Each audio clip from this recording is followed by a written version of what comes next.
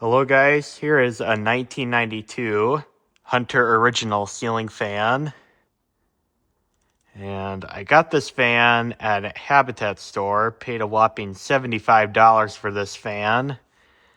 Which, in all seriousness, it could have been lower, but at the same time, $75 is actually still a really good price for one of these fans, because these fans right here, when they're brand new, they cost several $100s. I think something like $600 or $700, probably like more than that.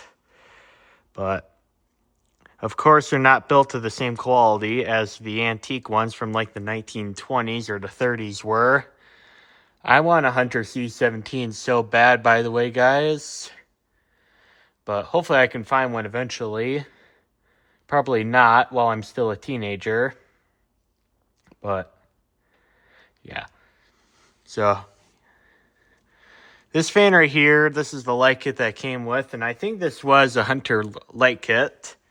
The light kit actually is from 1998, so I don't know the whole history of this fan. I probably will never know.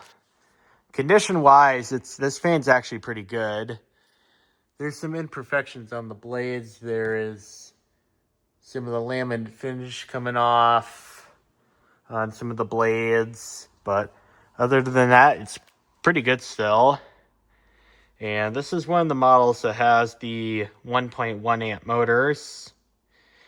So I don't know why they dropped it down so low. I don't know if this is a shaded pull or if it's a PSC.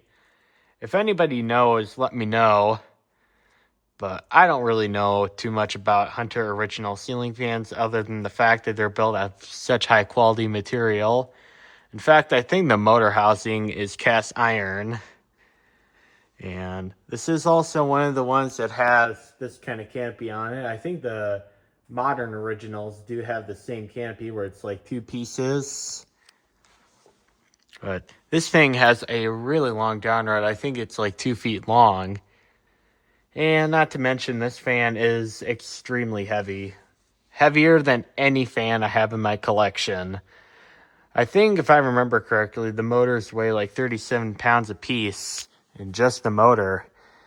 So, I was watching that one Jordan Yu video where he was discussing of a terrible mounting bracket where it's like a terrible bracket that's being hung by a electrical box pull-out tab.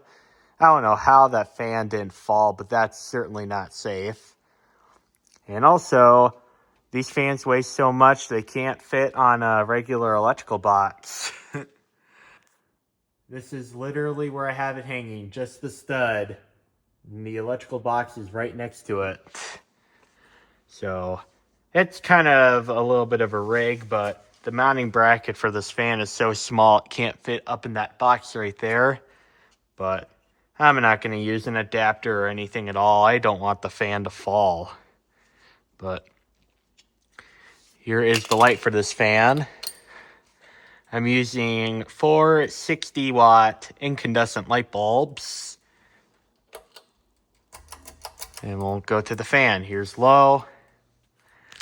And what I like about these Hunter Original ceiling fans is that they have a really good range in the speed. The low on this is very slow, but high is like really fast. So,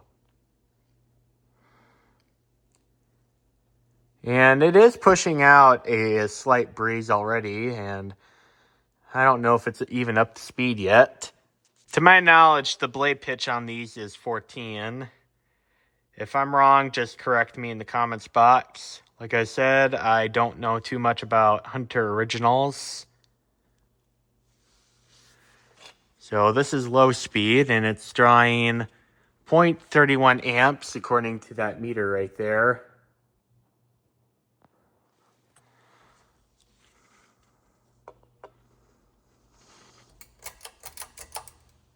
And here's medium.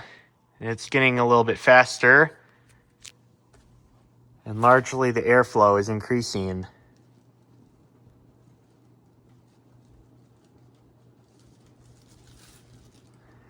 Yeah, this is only medium speed, and it's already blowing everything around the shop. And the shop is a mess right now. But since my work hours are slowing down, I'll probably clean up in here a little bit better because I know I need to get better at that. So this is medium speed and it's drawing 0.67 amps on the master force meter. And now full blast.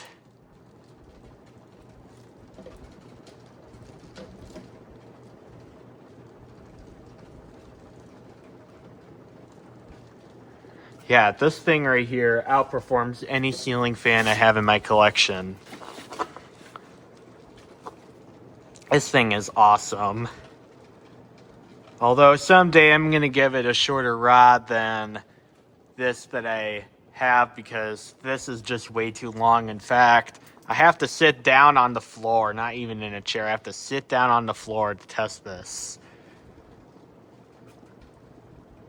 And this is pulling 1.02 amps on high.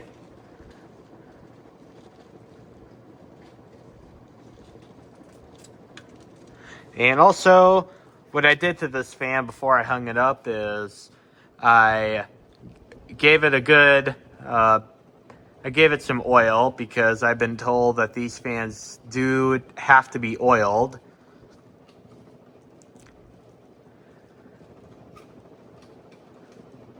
But these are extremely quiet fans, especially for the air they put out. For the air they put out, this is awesome.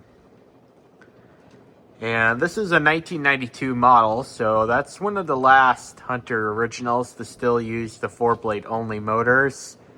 I think this in 1994 is when they switched to the 5-blade variants.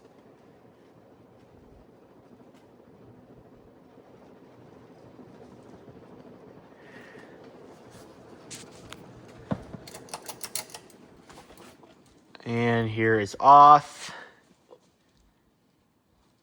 And I don't usually show spin down time, but I'll show it because if I remember correctly, the spin down time is very short.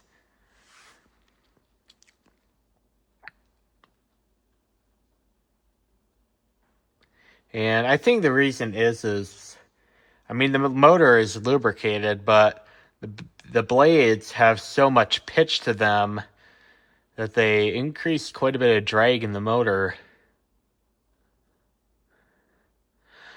Another type of Hunter original that I do want to get is the C18, where it has there's this switch on it and you can just pull it up or to pull it down whenever you want to adjust the pitch on the fan.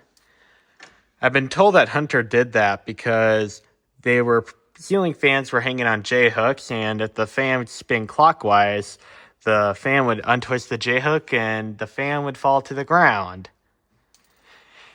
And I think this is kind of a gimmicky feature, but I'll show you guys the fan in reverse as well.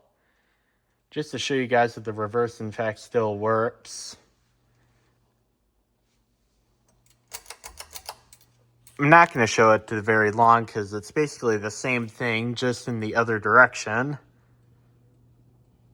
It's just to show you guys that the fan does, in fact, work.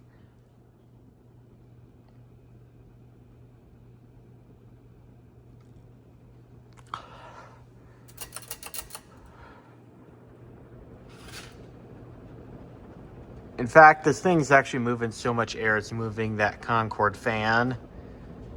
And that one blade is definitely bent up.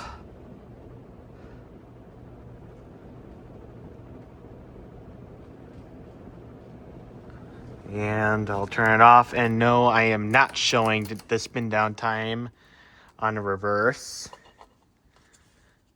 because it's the same thing, just in the other direction.